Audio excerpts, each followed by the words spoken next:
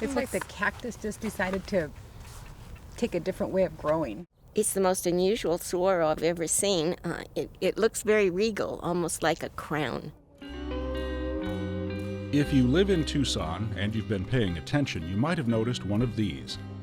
It's a rare mutation of the saguaro cactus called a cristate, or crested saguaro.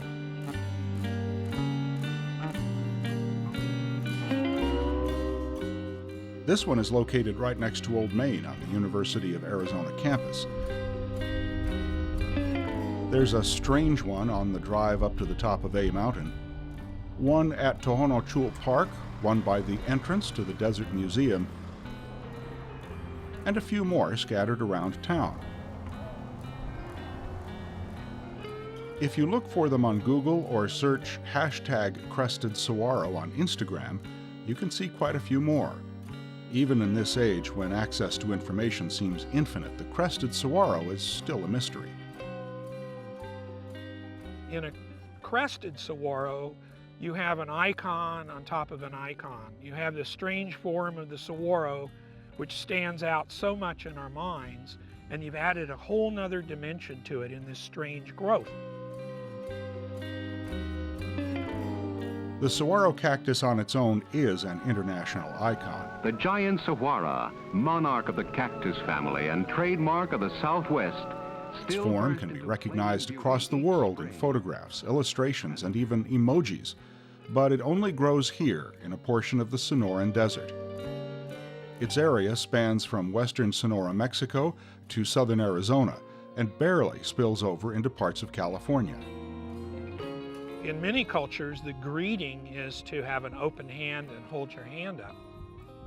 So subconsciously, I think it's buried in our psyches that this is something in our environment that we need to take note of. Bill Peachy was born in Arizona and has been fascinated by the desert as long as he can remember. The climate, the rocks, the plants, the animals, it all fits together in one way or another, and it's like a giant detective story. What we do know about crests is that they occur in most species of cactus, but none are as noticeable as the saguaro. They draw query like a magnet. What is causing this? How could this be? Why is it this way?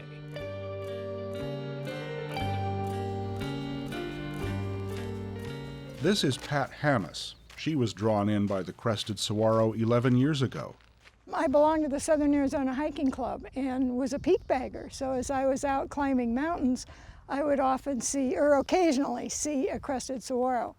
So one of the hiking guides suggested that we start taking pictures of them.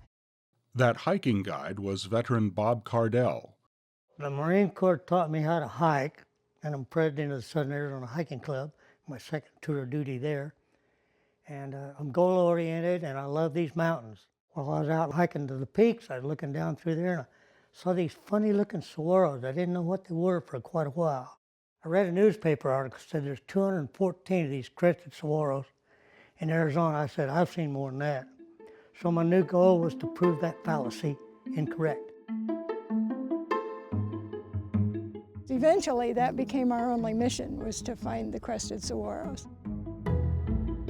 Cardell, Hammis, and a small group of people formed the Crested Saguaro Society and began photographing and geotagging all the crested saguaros they could find, trying to prove there were more than 214 in the world. And I was addicted. Right away, I bought a camera and I started taking pictures. Never slowed down. The first known photograph of a crested saguaro appeared over 100 years ago, and you will never guess where. It was part of an Arizona Territory display set up at the 1893 World's Fair in Chicago. Little is known about how it was transported, but it most certainly died during the Chicago winter. 1893 seems like a long time ago to us humans, but in the life of a saguaro, it's a different story.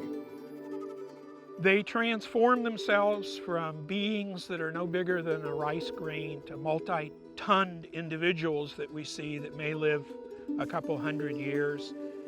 So they're operating in a span beyond ours.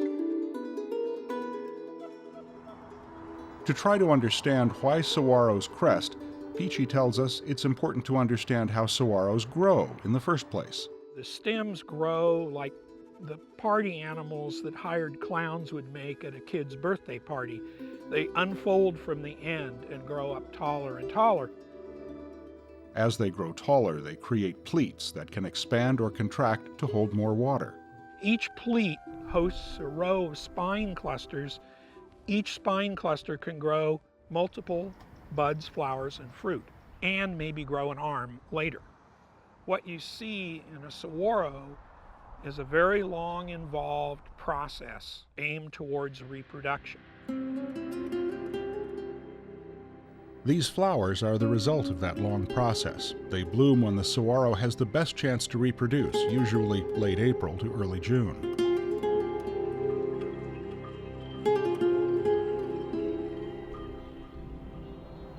Crested saguaros, however, can vary wildly. Take this cactus in Deland de Benedetti's front yard, for example. We found it in full bloom back in February, months before it should be flowering. It blooms twice a year. We've lived in this home 39 years, and when we moved in, it was not a crested saguaro. In the last 20 to 25 years is when it's become obviously crested and extremely obviously crested. The last 3 to maybe 4 years, 3 additional arms have started to become crested. What's happening is the control mechanism for what causes the number of pleats is out of control.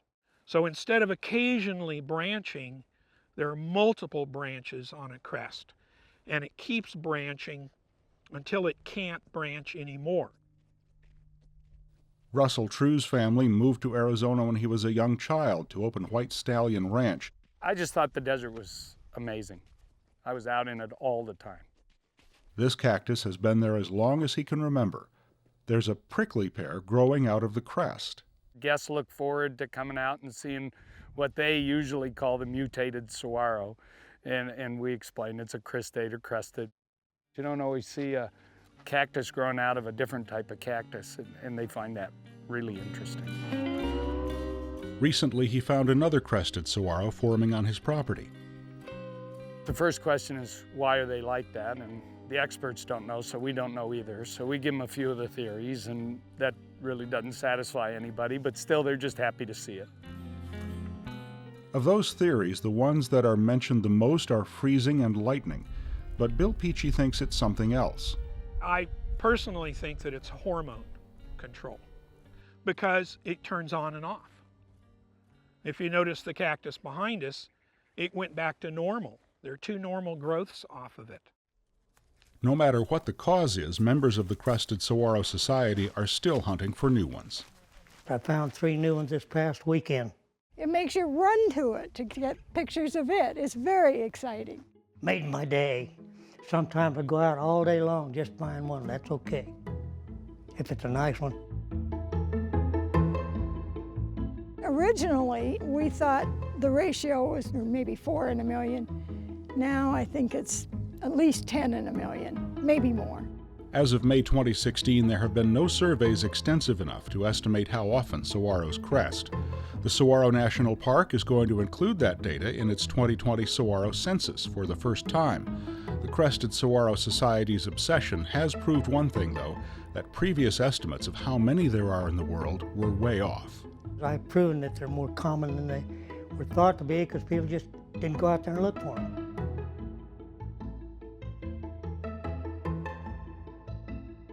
Now I've got over 2,000 of them.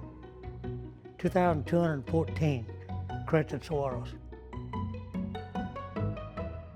Their data starts to paint a picture. You can see the number of crested saguaros in each county in Arizona. Still, little is known of crested saguaro populations in Mexico. Though more common than previously thought, these cacti are also more susceptible to frost and strong wind than normal saguaros. They are also threatened by poachers because of their uniqueness and value. As a result, they are afforded the highest level of protection from the Arizona Department of Agriculture. Someday I hope science will diagnose what causes a saguaro to crestate. Right now, they just don't know. This is one of those things that may never be figured out in our lifetime because it's so difficult. There are many things in life, and there always will be, that we haven't figured out. There's a whole lot in our whole universe, let alone Earth, that we don't know much about. That doesn't make it any less interesting. I love that we don't know everything. It reminds us of how little we really do know. They're a mystery of Mother Nature, and they're just beautiful. I love them. Real addiction. And I'm not quitting either. I'm over 80 now. I'm not even slowing down. I'm gonna keep looking for more.